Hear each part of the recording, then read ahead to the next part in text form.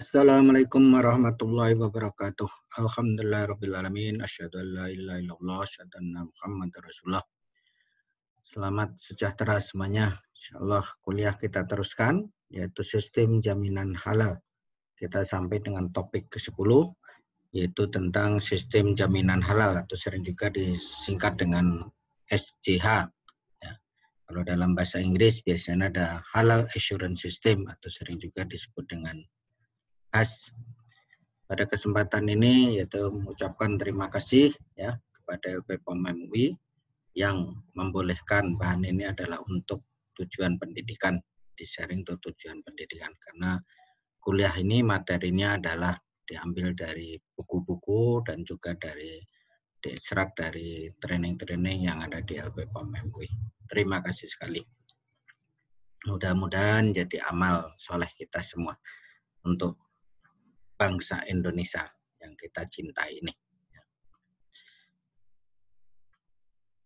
Topik ke-10 sampai dengan 14 nanti kita akan membicarakan yaitu tentang sistem jaminan halal. Jadi topik 10, 11, 12, 13, 14 itu adalah tentang sistem jaminan halal. Capaian daripada pembelajaran yaitu setelah mengikuti topik ini yaitu nanti ada 11 kriteria yang akan kita bahas. Maka mahasiswa diharapkan mampu menjelaskan sistem jaminan halal, yaitu apa itu sistem jaminan halal. Yang kedua yaitu menjelaskan 11 kriteria ya, sistem jaminan halal. Yang ketiga menjelaskan penerapan atau implementasinya di industri, ya, baik di industri pangan, obat-obatan, kosmetik, bahkan industri jasa. Yaitu terakhir sebagai output, nanti sebagai tugas akhir barangkali ya, mahasiswa dapat membuat manual sistem jaminan halal yang bisa diimplementasikan baik di industri kecil, industri menengah maupun industri besar. Kali lagi nanti akan kita bahas yaitu sistem jaminan halal ya. Bahan-bahan utamanya sekali lagi kita ambil dari baik itu training, buku-buku yang diterbitkan oleh LPPOM MUI yaitu Lembaga Pengkajian Obat, Lembaga Pengkajian Pangan, Obat-obatan dan Kosmetika Majelis Ulama Indonesia. Sekali lagi terima kasih, mudah-mudahan ini jadi amal yang baik bagi kita semua ya dalam rangka yaitu pembangunan Indonesia yang semakin maju. Apa itu sistem jaminan halal? Ya. Definisinya adalah yaitu sistem manajemen terintegrasi, ya, ini terintegrasi, yang disusun, diterapkan, dan dipelihara untuk mengatur bahan, proses produksi, produk, sumber daya manusia, dan prosedur dalam rangka menjaga kesinambungan. Ini penting ditekankan ya. Proses produksi halal sesuai dengan persyaratan LPPOM MUI.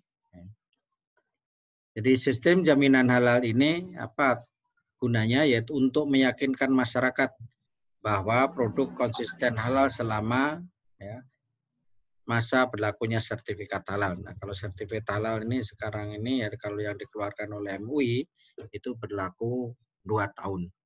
Nah, nanti kalau undang-undang JPH, Undang-Undang Nomor 33 sudah diterapkan, maka berlaku selama 4 tahun. Maka selama 2 tahun atau selama 4 tahun itu perusahaan menjamin ya secara konsisten di day-to-day-nya yaitu bagaimana bisa menjamin produknya adalah halal. Apa manfaatnya? Ya, penerapan sistem jaminan halal itu satu, sekali lagi itu menjamin kehalalan produk selama berlakunya sertifikat halal. Dalam hal ini yaitu sertifikat halal MUI atau nanti kalau sudah diterapkan Undang-Undang JPH berarti sertifikat halal negara. Yang kedua, timbul kesadaran internal dan perusahaan memiliki pedoman kesinambungan produk proses produksi yang halal. Yang ketiga, memberikan jaminan dan ketentraman bagi masyarakat. Yang keempat, mencegah kasus ketidakhalalan produk bersertifikat halal. Yang kelima, yaitu mendapatkan reward. Nah, apa rewardnya? Ya, nanti kita bahas lebih lanjut. Salah satunya adalah bahwasanya kalau yang mendapatkan reward A, status A, maka kalau ada produk baru, maka didaftarkan secara online dan diaudit secara online. On-desk. Kalau udah dapat A 3 kali berturut-turut, maka dapat sertifikat sistem jaminan halal yang berlaku 4 tahun. Nah, selama 4 tahun kalau ada produk baru, maka cukup dilakukan audit on-desk. Yang kedua yaitu perpanjangan sertifikat halal, ya, juga dilakukan dengan on-desk. Ketentuan sistem jaminan halal, yaitu perusahaan menerapkan sistem jaminan halal sesuai dengan manual. Ya, nanti perusahaan cirinya menerapkan sistem jaminan halal terus membuat manual yang disusun oleh perusahaan tersebut. Ya. Yang kedua, implementasi sistem jaminan halal dinilai, ya, karena ini adalah produk LP POM MUI, sekarang ini adalah salah satu LPH yang sudah beroperasi, yaitu LP POM MUI, yaitu melakukan audit dan memberikan nilai status apakah A atau B. Yang ketiga, hasil audit implementasi SCH dinyatakan dalam status implementasi SCH dan sertifikat SCH.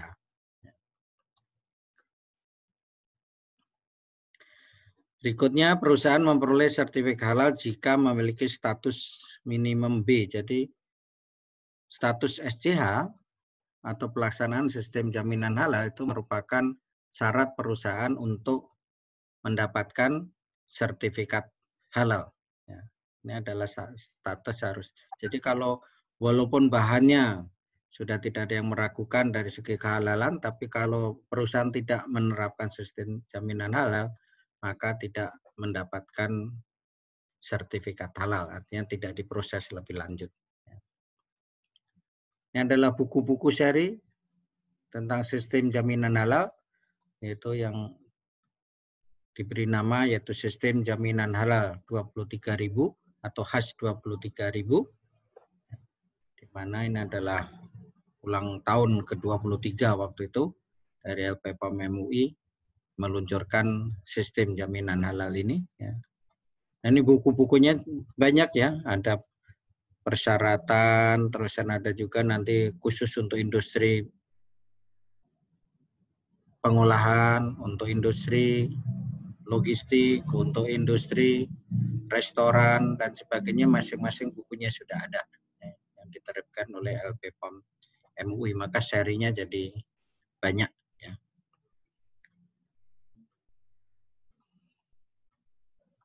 Tiga syarat perusahaan mendapatkan sertifikat halal. Nah, tadi sudah disinggung, ya. Yaitu bahan tidak ada yang meragukan dari segi kehalalan melalui audit telusur, ya, dokumen-dokumen dan sebagainya. Yang kedua, hasil analisa laboratorium menunjukkan tidak ada unsur haram atau najis. Yang ketiga, perusahaan menerapkan sistem jaminan halal, sekali lagi statusnya minimum adalah harus B. Nanti perusahaan yang sudah menerapkan sistem jaminan halal akan mendapatkan status seperti ini nih. Ya, minimum B, ya, atau syukur-syukur bisa mendapatkan A. Atau bahkan kalau bisa A 3 kali berturut-turut, ya. Jadi A 3 kali berturut-turut, mendapatkan sertifikat sistem jaminan halal yang berlaku selama 4 tahun. Ya, adalah sekali lagi kalau sudah mendapatkan status, baru nanti perusahaan bisa mendapatkan sertifikat halal. Karena ini adalah syarat untuk diajukan ke Komisi Fatwa MUI, yaitu perusahaan harus mendapatkan status minimum B, sekali lagi. Pemilih status atau sertifikat sistem jaminan halal, ya, bisa industri pengolahan secara umum, ya. Pemilih status sertifikat SCH adalah perusahaan yang mengajukan sertifikat halal yang diperuntukkan untuk produk fasilitas produksi atau pabrik yang didaftarkan. Jadi misalnya ada 3 pabrik, ya, pabrik A, ya, pabrik B, ya, pabrik C, ya. Boleh yang didaftarkan misalnya yang B, nah yang A dan C belum, misalnya. selama ini bukan produk retail, ya, untuk menghasilkan produk-produk yang B2B, business to business, bulky. Ya, tapi kalau produk retail dengan merek yang sama, nah maka statusnya tiketnya harus sama. Yang kedua bisa juga adalah kategori restoran atau catering atau dapur, ya, yang sudah mulai banyak tumbuh, ya, restoran-restoran, catering-catering, dapur yang menerapkan sertifikat. Dapur apa maksudnya? Maksudnya adalah kalau misalnya hotel, ya, ingin mendapatkan sertifikat halal secara keseluruhan, misalnya belum bisa, tapi dapurnya sudah di audit, ya, untuk mendapatkan sistem jaminan halal. Adalah dapurnya. Nah, pemilih status ini adalah yaitu beda dengan yang tadi, yang pabrik itu boleh didaftarkan sebagian, kalau ini harus seluruhnya. Seluruh fasilitas produksi mencakup outlet, dapur, dan gudang ini adalah didaftarkan oleh yang khas untuk restoran. Pemilih status bisa juga rumah potong hewan atau RPH. Ya. Pemilih status atau sertifikasi adalah perusahaan yang mengajukan sertifikat halal yang diperuntukkan pada fasilitas produksi yang didaftarkan juga. Jadi ini yang didaftarkan. Jadi yang didaftarkan, tidak ada kewajiban seluruhnya. Nah, di dalam sistem jaminan halal itu nanti ada yang disebut dengan kriteria. Nah, kalau dalam sistem yang lain, dalam sistem ISO misalnya ada istilah standar, ya misalnya. Nah, dalam sistem jaminan halal ini yang khas adalah kriteria. Ya, artinya apa-apa yang harus dipenuhi, yaitu kalimat yang menjelaskan persyaratan yang harus dipenuhi. Ya, jadi ini harus dipenuhi. Perusahaan dalam rangka menghasilkan produk halal secara konsisten. Jadi sekali lagi menghasilkan produk halal secara konsisten. Nah, kriterianya SJ itu ada 11 kriteria, ya, 11 kriteria. Ya, ada 11 kriteria. Yaitu yang pertama kebijakan halal, yang kedua tim manajemen halal, yang ketiga training dan edukasi, keempat bahan, 5 fasilitas, 6 produk, ya. Biasanya dibalik, ya. 5 produk, 6 fasilitas. 7 prosedur tertulis kegiatan kritis. 8 kemampuan telusur atau traceability. 9 penanganan produk yang tidak memenuhi kriteria halal. 10 audit internal dan 11 kaji ulang manajemen atau manajemen review. Nah, ini adalah merupakan satu kesatuan sistem yang satu dengan yang lain saling terkait. Ya. Artinya apa? Artinya kalau pimpinan perusahaan membuat kebijakan halal tapi tidak ada tindak lanjut pembentukan tim, ya, untuk bagaimana menjalankan kebijakan tersebut, ya nanti biasanya tidak jalan, ya, kebijakannya mandul istilahnya. Nah, kalau sudah ada tim tapi tidak diberi training, tidak diberi pengetahuan dan meningkatkan kemampuan, ya nanti timnya mandul juga, nggak jalan. Maka syaratnya biasanya ya ini harus berjalan, ya, ada trainingnya, training tentang sistem jaminan halal. Nah, barulah nanti bisa mengimplementasikan bagaimana mendapatkan bahan yang halal, fasilitas produksi yang halal sehingga dihasilkan produk yang halal. Nah, ditunjang lagi nanti beberapa SOP prosedur, ya, bahwasanya prosedur-prosedur aktivitas kritisnya ini adalah mendukung bahwasanya bahan, fasilitas, proses adalah menjamin kehalalan sehingga produk yang dihasilkan adalah selalu yang halal. Nah, coba kita bahas satu persatu. Ya. Yang pertama kebijakan halal, yaitu manajemen puncak harus, ya, harus bukan tawar-menawar lagi, harus menetapkan kebijakan halal tertulis, ya. Bukan lisan, ya, tertulis, yang menunjukkan komitmen perusahaan untuk menghasilkan produk yang halal secara konsisten. Ya. Kebijakan halal dapat ditulis terpisah atau terintegrasi dengan kebijakan sistem yang lain. Ya. Boleh sendiri-sendiri. Ya. tapi boleh juga digabung. Banyak perusahaan yang menggabungkan, karena di perusahaan itu khususnya untuk makanan, karena selalu yang utama ada 3 hal ya. Ada mutu, ada safety atau keamanan pangan, dan ada halal. Maka di kebijakan halal digabung saja. Misalnya perusahaan berkomitmen untuk menghasilkan produk yang bermutu, aman, dan halal. Nah, jadi ringkas, stakeholdernya, karyawannya itu mengingat-ingatnya juga mudah daripada kebijakan halalnya yang panjang misalnya. Nah, ini contoh ya kebijakan halal. Ya, ini ya.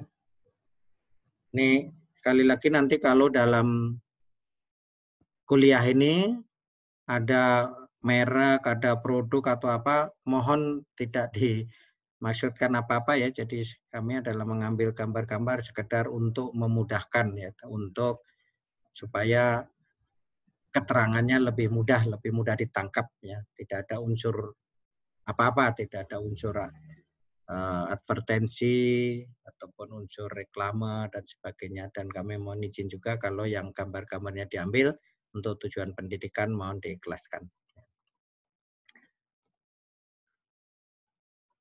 Kebijakan halal harus didiseminasikan, artinya disosialisasikan ya ke stakeholder. Stakeholder itu siapa? Ya manajemen, tim manajemen halal, pekerja, supplier. Nah, ini harus mendapatkan informasi yang jelas tentang sistem kebijakan halal, bahwa perusahaan ini adalah memproduksi yang halal. Nah, ini juga contoh ini. Ya, ketika saya audit ke Cina, ya, ini ada ditempel di gedungnya, besar. Ini bahasa Cina saya juga nggak begitu tahu, tapi paling nggak di sini ya, Development Biotech Glove Halal. Nah, jadi ini adalah komitmen untuk menghasilkan yang halal, ya, produk yang halal. Ini juga ini, nah kalau ini ada harus pemotongan hewan, ya ini juga komitmen intinya. Kalau saya tanya isinya apa sih ini spanduk ini, nah ini adalah komitmen untuk menghasilkan yang halal. Ya. Nah, sekali lagi harus didiseminasikan. Nah, cara diseminasinya bagaimana tidak diatur dalam kriteria ini, diserahkan kepada perusahaan. Ya. Boleh dengan training, ya, boleh dengan briefing, ya, memo internal, boleh buletin, spanduk. Nah, kalau seperti yang tadi yang kita lihat ini ada berarti spanduk, ya, email, banner, poster dan sebagainya dipersilahkan. Bahkan ada perusahaan yang membuat status di pahat di batu marmer, ya boleh ya diserahkan pada perusahaan. Ada juga yang membuat running tag di laptopnya, di komputernya, setiap menghidupkan komputer, karyawan masuk menghidupkan komputernya, maka muncullah running tag. Ada juga yang membuat running tab di ruang makan. Nah, di situ ada TV besar yang memuat running tag tentang kebijakan halal dan juga prosedur-prosedur yang harus dipatuhi. Yang kedua, sekali lagi kebijakan baru berjalan kalau biasanya ada timnya, ya, yang bagaimana mengkawal kebijakan tersebut agar bisa berjalan. Maka perlu dibentuk tim manajemen halal di perusahaan. Yaitu sekelompok orang yang ditunjuk oleh manajemen puncak sebagai penanggung jawab atas perencanaan, implementasi, ya, evaluasi, dan perbaikan berkelanjutan ya, sistem jaminan halal di perusahaan. Ya. Itu apa yang penting yang perlu diperhatikan di sini yaitu tim manajemen halal adalah manajemen puncak harus menetapkan tim manajemen halal. Biasanya harus membuat SK misalnya, ya, surat keputusan atau surat penunjukan. Ya. Timnya siapa saja. Ya. Yang kedua, juga tanggung jawab tim harus didefinisikan dengan jelas. Jadi misalnya ketua tim, hak dan wewenangnya apa. Misalnya ada material baru yang datang, belum jelas status halalnya, misalnya haknya boleh menyetop. Ya. Tidak boleh masuk digunakan di produksi. Ya. Itu adalah haknya. Nah, kewajibannya ya misalnya ya menyusun rencana implementasi halal dan sebagainya. Tim manajemen halal harus mencakup semua bagian yang terlibat aktivitas kritis. Nah, kalau di dalam halal ini yang termasuk bagian aktivitas kritis itu biasanya paling tidak ada 7, ya, yaitu bagian pembelian bahan, Ada QC yang mengecap kedatangan bahan, bahwanya kalau belinya yang halal, maka yang datang pun harus cocok dengan yang dibeli, jangan sampai datang dari yang lain. Dalam era globalisasi ini, satu perusahaan bisa mempunyai pabrik di mana-mana. Nah, misalnya kalau pabriknya yang halal ada di Jepang misalnya, yang lain belum, ya dipastikan yang datang hanya yang bahan yang berasal dari Jepang. Sedangkan bahan yang sama yang berasal dari negara lain belum tentu halal, nah, maka ditolak. Ya. Yang ketiga adalah bagian gudang, bagaimana menggudangkan produk atau bahan dengan benar. Yang keempat adalah produksi. Nah, produksi untuk memproduksi yang halal maka perlu formula. Formula yang buat adalah R&D, yaitu 5. Yang keenam adalah nanti bagian transportasi, bagaimana menjamin bahwasanya produk sampai ke konsumen itu juga dijaga kehalalannya. Dan yang ke-7 adalah bagaimana aktivitas kritis sanitasi dan higiene di pabrik, yaitu untuk menjaga kehalalan, jangan sampai terkontaminasi dengan yang haram ataupun yang najis. Tim manajemen halal, yaitu penunjukan tim manajemen harus disertai bukti tertulis. Ya. Jadi misalnya tadi ada SK, surat keputusan, atau surat pengangkatan, atau surat penetapan, ya, atau bentuk penunjukan lain yang berlaku di perusahaan. Tim manajemen halal harus memahami persyaratan HAS 23.000. Jadi syaratnya harus memahami.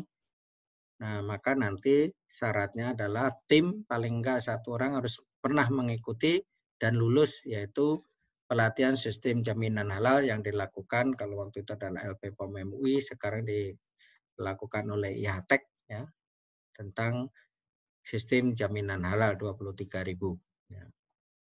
Sesuai dengan tanggung jawab masing-masing. Nah, nanti yang sudah training eksternal ikut di IHTEK atau di LPPOM MUI, nah nanti transfer ke teman-temannya di perusahaan, maka ada training internal.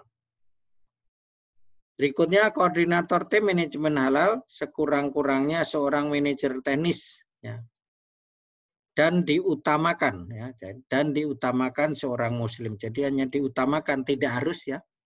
Karena nanti kalau harus, misalnya di suatu negara, saya pernah audit suatu negara karyawannya ada 1000, tetapi tidak ada satu orang pun muslim. Nah, masa dia tidak boleh mendapatkan sertifikat halal? Ya boleh, ya. Yang penting adalah tadi memahami, maka di sini istilahnya hanya diutamakan, tidak harus, ya. Nanti berbeda lagi kalau di Undang-Undang JPH, kalau sudah diperlakukan, ya kata-katanya kalau perusahaan harus mempunyai supervisor jaminan halal. Nah, syaratnya supervisor jaminan halal itu adalah seorang muslim. Nah, kalau di sini, ini koordinatornya, nah, apalagi anggotanya tidak harus sekali lagi. Ya. Tapi kalau ada muslimnya, maka diutamakan. Ya, karena supaya mempunyai tanggung jawab yang lebih tinggi. Berikutnya, tim manajemen halal dapat berada di level corporate. Misalnya perusahaan yang mempunyai cabang banyak, pabrik banyak, ya, di level corporate atau di level holding. Nah, bisa juga di pabrik, atau di outlet, atau di gudang, ataupun di dapur. Jadi tergantung dari kebutuhan. Yang berikutnya, penetapan tanggung jawab tim dapat ditulis terpisah atau terintegrasi dengan sistem yang lain. Jadi boleh sendiri SK untuk tim halal, tapi bisa digabung dengan tim yang lain. Misalnya SK-nya tim sistem jaminan halal, ISO, dan ACCP misalnya dijadikan satu, biar lebih ringkas misalnya, karena pekerjaannya yaitu itu juga biasanya mengerjakan. Tapi boleh juga sendiri-sendiri, ya. Berikutnya, manajemen puncak harus menyediakan sumber daya. Ya. Sumber daya itu apa ya? Artinya yang hal-hal yang dibutuhkan. Misalnya tadi untuk training, berarti perlu bayar. Ya, menyediakan uang untuk bayar training. Baik trainingnya internal di perusahaan, in-house, ataupun training ke LPPOM MUI atau ke IHTEK. Ya. Yang lain apa? Ya misalnya perlu ruangan, ya. Terusan perlu fasilitas lain, misalnya adalah vendor dan sebagainya, itu difasilitasi oleh perusahaan. Untuk apa? Untuk agar tadi bisa menjamin produknya secara berkelanjutan, ya, dalam hal halal. Yang ketiga, training dan edukasi, yaitu perusahaan harus mempunyai prosedur. Di dalam sistem jaminan halal ini istilahnya prosedur. Prosedur tidak harus selalu SOP ya. Tidak ketat ya. Boleh prosedur itu berupa manual, boleh SOP, boleh juga guideline, boleh juga WI, work instruction, atau ya, sering juga kalau di bahasa Indonesia IK ya, instruksi kerja, boleh ya. Yang penting bagaimana ya semua personel yang terlibat dalam aktivitas kritis termasuk karyawan baru dan sebagainya ini adalah bisa memahami tentang sistem jaminan halal. Maka perlu adanya pelatihan yang biasanya perusahaan harus mempunyai jadwal pelatihannya, termasuk jadwal pelatihan internal, pesertanya siapa saja, metodenya bagaimana, pemberi materinya siapa. Nah, pemberi materinya biasanya udah ikut training dan syaratnya lulus ya, baik itu training internal ataupun eksternal ya. Dan nanti ada dokumentasi absen misalnya, ada materinya, ada evaluasinya, ada pre-test, ada post-testnya, dan ada indikator kelulusannya. Misalnya berapa kalau di IATEK, LPPOM minimum nilai kelulusan 65. Nah di perusahaan ya diserahkan masing-masing. Ada yang 80 minimum, ada yang 70 ya. Tidak diatur secara spesifik tentang berapa nilai yang harus dicapai oleh karyawannya. Yang kedua, materi pelatihan meliputi persyaratan sertifikat halal, kriteria kebijakan prosedur yaitu HAS 23002 ya. Dan disesuaikan dengan sasaran pelatihan. Pelatihan ada dua tipe, ya ada dua jenis. Ada yang disebut dengan pelatihan eksternal. Ya. Pelatihan eksternal itu apa? Yang sekarang definisi adalah pelatihan yang dilakukan oleh LPPOM MUI dalam hal ini yaitu oleh IHATEK. Ya. Intinya adalah diselenggarakan oleh MUI. Ya. Bentuknya bagaimana? Boleh mengikuti training ke Bogor. Ya. Di Bogor ini biasanya tiap bulan ada training sekali atau 2 kali. Pesertanya kurang lebih sekitar 40, ya, kadang-kadang 60. Nah, kalau sekarang zaman ini adalah training online juga bisa. Atau juga in-house training. Apa yang dimaksud in-house training? Jadi pelatihnya atau trainernya dari IHATEK datang ke perusahaan. Nanti di perusahaan 10 orang, 20 orang ya ikut training bersama-sama. Atau yang sekarang yang ketiga yaitu training online ya, disampaikan secara online ya. Ini adalah juga memungkinkan. Pelatihan eksternal dilakukan setidaknya 2 tahun sekali ya. 2 tahun sekali syaratnya minimum ya. Kenapa? Karena setiap 2 tahun biasanya sudah ada perkembangan-perkembangan yang baru. Ya, baik berupa SK ataupun berupa pengetahuan baru dan sebagainya. Itu tadi pelatihan eksternal, nah sekarang ada pelatihan internal. Apa itu pelatihan internal? Yaitu pelatihan yang dilakukan oleh perusahaan dengan trainer dari perusahaan sendiri. Ya. Syarat trainernya adalah sudah lulus ya, training sistem jaminan halal. Ya. Itu yang dilakukan eksternal ataupun internal. Ya. Pelatihan internal minimum 1 kali dalam setahun. Kalau eksternal tadi 1 kali per 2 tahun. Kalau internal minimum tiap tahun harus ada training ya, ada jadwal training yang teratur. Pelaksanaan pelatihan harus mencakup kriteria kelulusan tadi. Jadi ada pre-test, ada post-testnya, paling tidak post-test ya setelah training. Nah bentuk tesnya itu macam-macam. Sekarang banyak yang mengembangkan internal training itu dengan online, bisa ngikutin training kapan saja, ya tidak harus duduk di meja, ya, di kursi, ya, di ruangan tertentu, bisa training di mana saja online. Begitu juga ujiannya. Sudah banyak yang mengembangkan ujiannya juga online, tapi diberi waktu, pokoknya harus selesai sebelum tanggal berapa. Nah, itu sudah banyak yang melakukan seperti itu. Ya. Yaitu untuk meningkatkan kompetensi daripada karyawannya. Berikutnya, evaluasi kelulusan dapat dilakukan melalui tes tertulis, lisan. Nah, jadi tidak harus tertulis ya, bisa juga lisan. Saya pernah audit itu, perusahaan itu karyawan sebagian besar masih belum bisa baca tulis, ya, sehingga trainingnya dilakukan dan juga ujiannya jadi wawancara satu persatu. Yang penting apa yang dia kerjakan dia tahu bahwasanya harus mengkawal kekritisan yang ditanganinya. Kalau ada yang menyebabkan menjadi tidak halal dia harus tahu. Nah, bagaimana untuk menjaga halal dia harus tahu. Untuk evaluasi yang berlaku di perusahaan, jadi tadi misalnya online. Ya.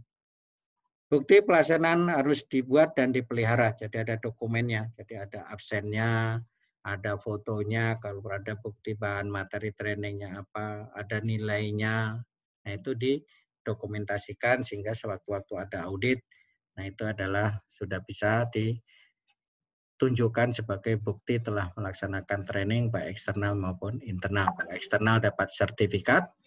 Nah, kalau internal ya kadang ada perusahaan yang memberi sertifikat, kadang ada juga yang tidak. Nah, tapi ada bukti keikutsertaan, absen, dan juga ada bukti ikut tesnya, ya, ujiannya. Nah, demikian ya. STH tadi ada 11 kriteria. Ya. Nah, untuk sementara ini kita bahas 1 sampai 3 dulu. Ya. Nanti kita teruskan di minggu berikutnya. Ya. Ya, sekarang 1 sampai 3. Nah, pertemuan berikutnya 4 dan 5. Pertemuan berikutnya lagi adalah 6 sampai 11. Nah, demikian. Terima kasih atas perhatiannya. Mudah-mudahan ini adalah menjadi ilmu yang bermanfaat. Assalamualaikum warahmatullahi wabarakatuh.